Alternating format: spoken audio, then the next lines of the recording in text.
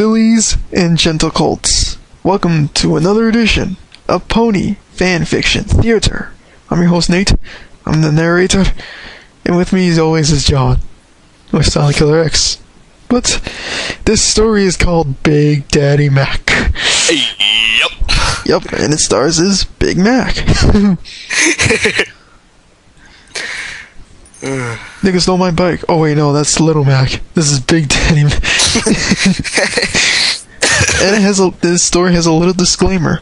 Chew your food before swallowing. Don't look a gift horse in the mouth. And avoid staying under trees when in storming weather. Let's begin. Early to rise, early to bed. That's what they say. Macintosh finished his chores and curled up in his little barn in the outskirts of a huge apple farm. His extended family was busy successfully running. Everyone knew to leave him alone when he bed down in that barn. That was a good thing with being Big Mac, but tonight was a special night. He didn't plan on sleeping too long, just long enough. It was later, the moon was up, Luna once again ruling the night sky. Big Mac heaved himself out of his bed and stood in front of a mirror. Pulling himself upright, he went into a little used and oft-locked cupboard and took out two items, a big velour hat and a silver-topped cane. Earth ponies like Macintosh rarely have magic. They can, however, learn to use magic either bestowed upon them or discovered. Mac had paid for his magic and paid well, and it had paid off. Mac had found, when he was a younger colt fresh from graduating out of full status, that he had been blessed with various attributes that other ponies hadn't. At first he got into trouble. Not so much scandal as it was almost a way of life at the Sweet Apple Acres Ranch. But it sure had been hard to assimilate the first few waves of extra long-lost cousins, until he finally been sat down and introduced to a little farm ecology, or whatever that long word was that meant medicine to stop what it ain't and start what is. Eventually he decided that if he didn't have the brains for running a ranch he was good at, the only problem was how not to let the word out further than necessary. And that had taken some doing, but it had been solved. With the right magic phrases and an accompanying velour hat and cane, Mac's color changed into a deep, luscious purple velvet. Even his cutie mark changed into a self-same hat and cane. When he turned around, still on two legs and displaying the obvious attributes easier, he was a new pony. He was now Big Daddy, to a select few who knew he was Big Daddy Mac. There was a discreet knock at the door. When he opened it, two giggling Pegasus pony girls were there. "Ah, sugars," he said. "Right on time for Big Daddy, huh?" The two Phillies twins just giggled and nodded. They weren't known for saying much, which was why he kept them. "Well, sugars, Big Daddy has an appointment tonight, so we got no time to play." The two Phillies pouted and sniffed, clearly upset. "But I'll tell you what, my honey buns, Big Daddy will give you girls some extra sugar later to make up, huh?" And he slapped both of their rumps playfully with his tail before sitting himself down in his sky carriage and blowing them a kiss to signal his readiness to go.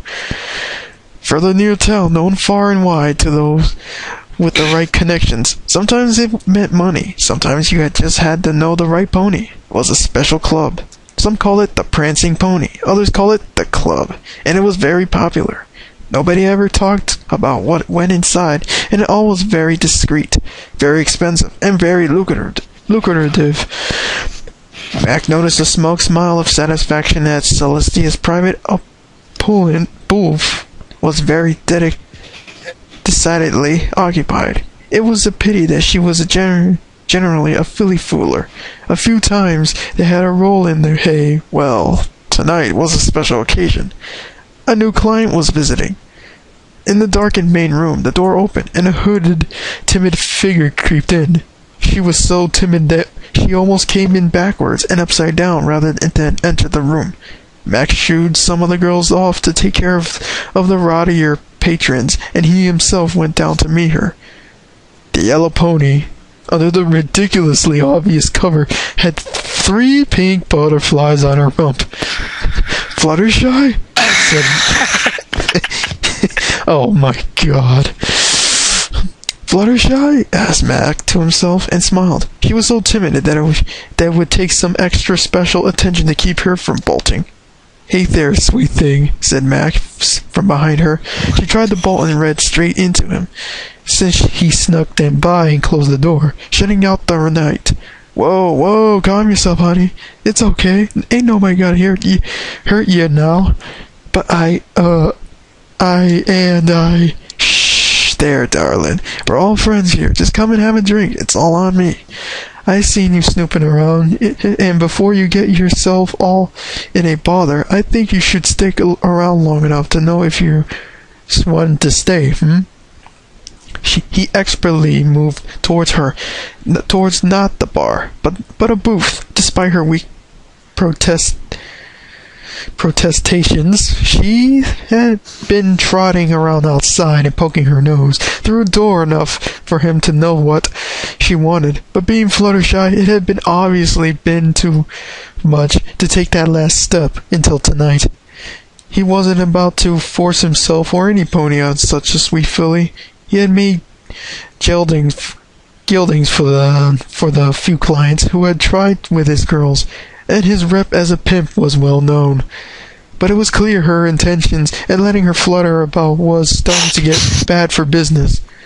So he lit a scented candle and plumped down on the floor cushions and bade her to do the same. Despite her spluttering and iffing and butting, she did the same, now more red than yellow. The evening wore on slowly. He didn't ply her with drinks, just enough for her to loosen up, and finally, as the candle was all burnt out, he leant over and put a hoof to her nose. Now you know what we've got an offer in here, lass. In a gesture of kindness, I'll offer this first one for free.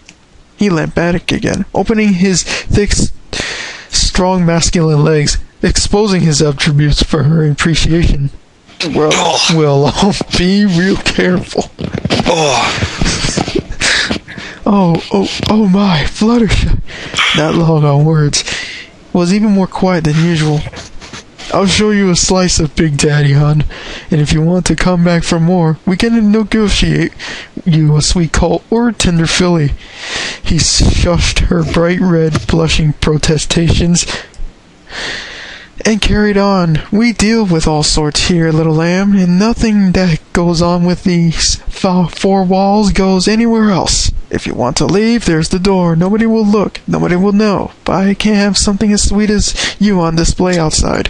Some of the sorts we don't let in here might get the wrong idea, and I can't be having that. On the other hand, do you think you want to ride with the Big Daddy? Then I got all night long. Now what do you say? I think, said Fluttershy. She leaned in closer, and softly planted a kiss on Mac's nose. He smiled and nickered softly and pulled her in.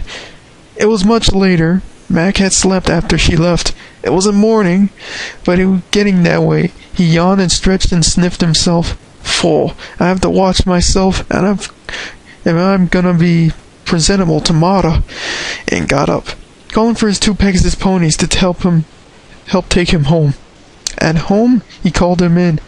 Come on there now, sugars. Big Daddy knows he's got to make it up for his 2 favorite fillies. Can't be having none of that. They're bawling about him, sharing himself out. None, you hear? Big Daddy Mac smiled to himself as he steeled himself from not one, but 2 repeat performances at the same time, no less. Yeah, Fluttershy, whom he had sent home guarded by 2 of his best, most discreet guard dogs, to be sure of no problems for the filly, would stagger home, wash the scent of their rutting off, probably spend a day or 2 in bed, and then when she could walk straight again, without being so obvious she had been serviced by a serious stallion, she slowly began to pine for some more of the Big Daddy pie. Oh yeah! But he was good at what he did. Come on, babes, Big Daddy's a wasting. And just for you 2, I'll leave my hat on. Fetch the crop a bit. I'm feeling extra frisky. Night eventually gave way to morning, but not without a fair deal of giggling, neighing, nickering, with cracks, and sensual moaning. Unsurprisingly, perhaps, Macintosh came down with a stomach bug the next day and had to stay in bed. But it was okay. He had 2 long-lost Pegasus pony cousins to help him recuperate, and that's the end of the story. Oh my god. But not end of the series. Stay tuned for Pony Fanfiction 15.